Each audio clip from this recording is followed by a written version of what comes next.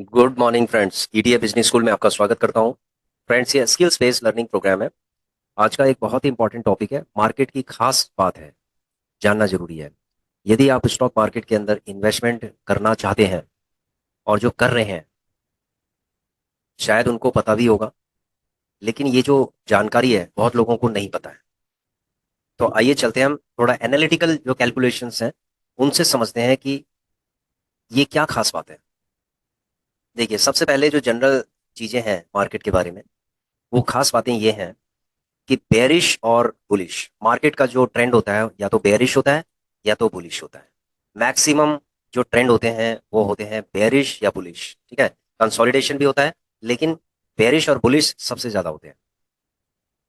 अगला जो पॉइंट है, राइजिंग अलोंग विद इन्फ्लेशन, हमेशा मार्केट ग्रो करती जाती है इन्फ्लेशन के साथ साथ, यानी कि महंगाई के साथ मार्केट भी बढ़ती जाती है। इंक्लूड्स वीकर और स्ट्रॉन्ग एसेट्स, ये मार्केट है। मार्केट के अंदर दो तरीके के एसेट्स होते हैं, एक तो होते हैं वीकर एसेट्स, एक होते हैं स्ट्रॉन्ग एसेट्स। स्ट्रॉन्ग एसेट्स वो होते हैं कि जो टाइम के अकॉर्डिंग ग्रो करना ग्रो करते हैं। जैसे जैसे टाइम आगे की तरफ बढ़ता है, वैसे उनकी वैल्यू बढ़ती जाती है, यानी टाइम वैल्यू ऑफ मनी उनकी बढ़ती जाती है। और जो वीकर एसेट्स होते हैं, उन वो फ्लक्चुएट करते हैं, उनका कोई पता नहीं होता। फॉर एग्जाम्पल, पेनी स्टॉक्स हैं, वो जीरो भी हो सकते हैं। तो जो वीकर एसेट्स होते हैं, वो उन एसेट्स के बारे में आप कोई भी प्रेडिक्शन नहीं कर सकते कि ये एसेट्स कभी स्ट्रांग होंगे या नहीं होंगे, वो जीरो भी हो सकते हैं। तो इसका मतलब है कि आपको इन चीज़ों का ध्यान रखना है कि वीकर एसेट्स कौन से हैं, स्ट्रांग एसेट्स कौन से हैं, ठीक है। मार्केट के अंदर ये दोनों तरीके के होते हैं, बस आपको इसकी नॉलेज होनी चाहिए। जो लास्ट पॉइंट है, ऑलवेज इनवाइट्स, यानी market always invites for investment और स्पेकुलेशंस। मार्केट आपको इनविटेशन देती है, या तो इन्वेस्टमेंट्स के लिए या फिर स्पेकुलेशंस के लिए। तो बहुत लोग स्पेकुलेशंस करते हैं, जैसे ट्रेडिंग करते हैं, अपना पैसा लॉस कर देते हैं, वो जस्ट एक गैम्बलिंग की तरह होता है।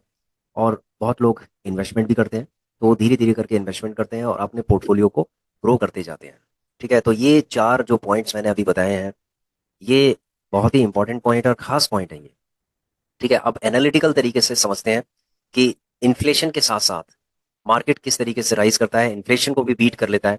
और मार्केट ज्यादातर लॉन्ग टर्म में अगर देखा जाए तो बुलिश बुलिश होता है। उसके बाद जो स्ट्रॉन्ग एसेट्स होते हैं, वो किस तरीके से कितना परसेंटेज ऑफ रिटर्न देते हैं, ये समझते हैं हम। और इन्वेस्टमेंट, जो इन्वेस्टर्स होते हैं, हमेशा लॉन्ग टर्म इन्वेस्टर्स को फायदा ही होता है बाजार में। स्पेकुलेशंस करने वाले हार जाते हैं। तो फ्रेंड्स, मैं एक छोटी सी कैलकुलेशन है, ये आप लोग भी इस कैलकुलेशन को कर सकते हैं। इस कैलकुलेशन को समझने से पहले मैं चार्ट में चलता हूँ, निफ्टी 50 इंडेक्स के चार्ट। देखिए फ्रेंड्स, ये निफ्टी 50 इंडेक्स का चार्ट है। ये आप देख रहे होंगे, आज इसका जो रेट चल रहा है 22,828 चल रहा है, ठीक है। ये 26,275 पे भी चला गया था, लेकिन ये करेक्शन की वजह से अभी नीचे है। अब कुछ टाइम पहले हम चलते हैं, 35 ईयर्स बैक अगर हम चलते हैं, यानी कि 35 साल पहले यदि हम चलें, यानी कि 1990, 1990 में अगर हम चलें, तो जो इंडेक्स है, निफ्टी 50 इंडेक्स है, इसने इसका जो प्राइस था, इसका प्राइस लगभग 286 के आसपास था, ठीक है। 286, यानी 285 कह लो, 280 कह लो, 288 कह लो, एवरेज जो प्राइस है इसका 288 हमने मान लिया है, यानी 288 1990 में, ठीक है। ये चार्ट से आपको दिखाई दे रहा होगा, ये चार्ट है।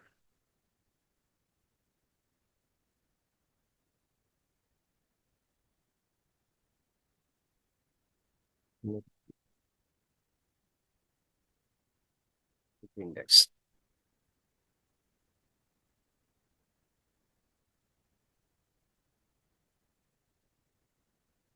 ठीक है। तो 288 के आसपास हमने इसको ले लिया।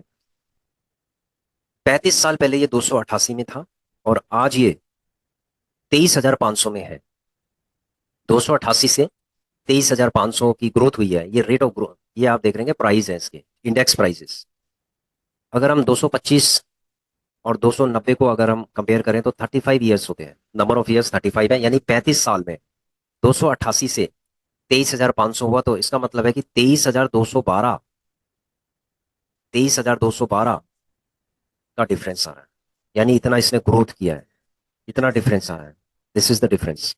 उसके बाद जो परसेंटेज में हमने कैलकुलेट किया उसको, तो 8,059, 8,060% के आसपास है। ठीक है, इसको हम हटा देते हैं अभी। वो हमने प्रेडिक्ट किया था कि 50% इसका अगर होता है या 25% होता है, लेकिन हमें हमें जो एक्चुअल ग्रोथ मिली है वो मिली है 8,060%। तो 8,060%, ये 35% के 35 साल के अंदर किस तरीके की ये ग्रोथ है, ये कंपाउंडिंग ग्रोथ है फ्रेंड्स।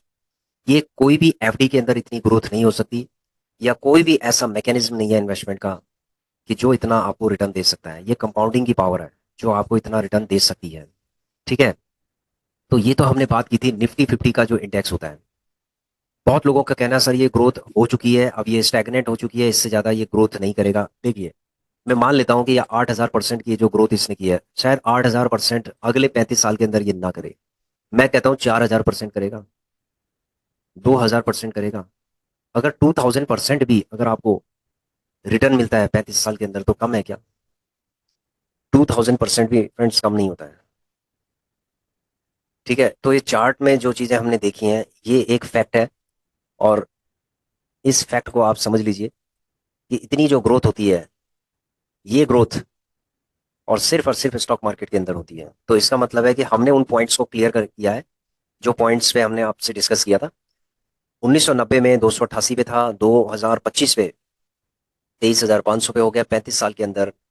इसका जो डिफरेंस आया है वो 23,212 आया है, और 8,060% के आसपास इसने परसेंटेज ऑफ ग्रोथ किया है। तो इसका मतलब आप समझ सकते हैं जो पांच चारों पॉइंट है, इनको हमने कवर किया है कि मार्केट हमेशा लॉन्ग टर्म में बुलिश मोड पे होगी, बेरिश शॉर्ट टर्म में होगी।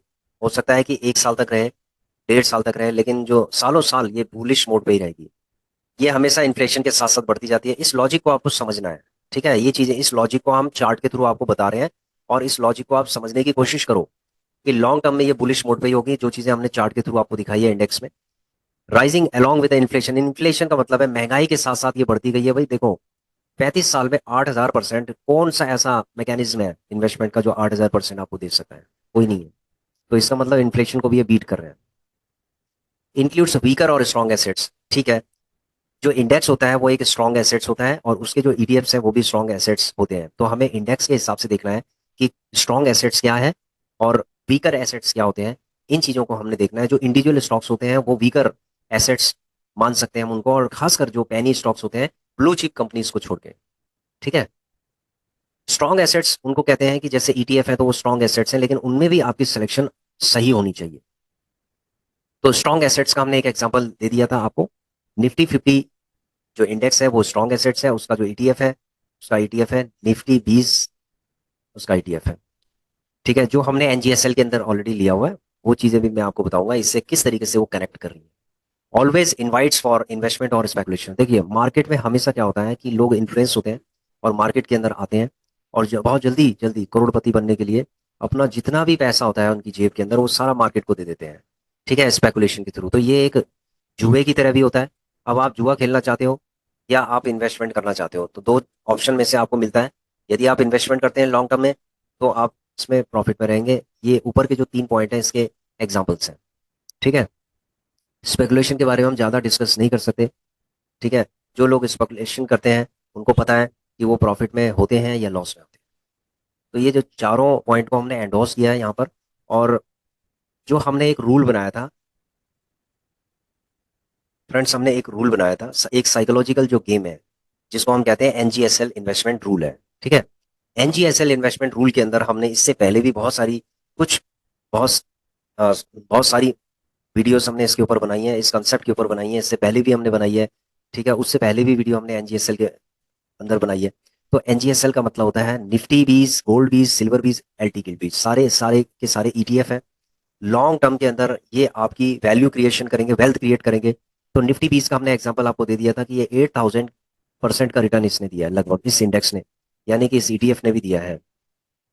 ठीक है, इंडेक्स ने अगर इतना परसेंटेज का अगर रिटर्न दिया है, तो भविष्य में इसका मतलब है कि इस ईटीएफ का आगे भविष्य है। ये कितना परसेंटेज ऑफ रिटर्न दे सकता है आप यकीन भी नहीं कर सकते। ठीक है, अभी हमने सिर्फ आपको निफ्टी 50 इंडेक्स के बारे में बताया था। फिर हम गोल्ड बीस के बारे में आपको बताएंगे, सिल्वर बीस के बारे में बताएंगे, इंडिविजुअली बताएंगे आपको कि इसकी सालों साल तक कितनी पास्ट में कितनी ग्रोथ रही है और आगे कितनी हो सकती है। वो आप खुद भी प्रेडिक्ट कर सकते हैं यदि आप पास्ट उसका समझ लो तो फ्यूचर भी आपको समझ में आ जाएगा। तो ये जो चार है, ये बिल्कुल एक म्यूचुअल फंड की तरह है। हमने इसका एक कॉम्बिनेशन बनाया है, NGSL, इसीलिए इसका नाम NGSL रूल रखा है। और धीरे धीरे करके जो शुरू शुरू के जो इन्वेस्टर्स होते हैं, उनको इधर उधर जाने की बजाय लॉन्ग टर्म में NGSL रूल को फॉलो करना चाहिए। और उसके बाद जब NGSL में आपका अच्छा खासा आपका जब इन्वेस्टमेंट हो गया, तो आप इसमें SW, systematic withdrawal plan, SWP, आप इसमें इंप्लीमेंट कर सकते हैं। ठीक है फ्रेंड्स, तो आशा करता हूं कि आप लोगों की समझ में आ गया होगा कि जो मैं कहना चाहता हूं।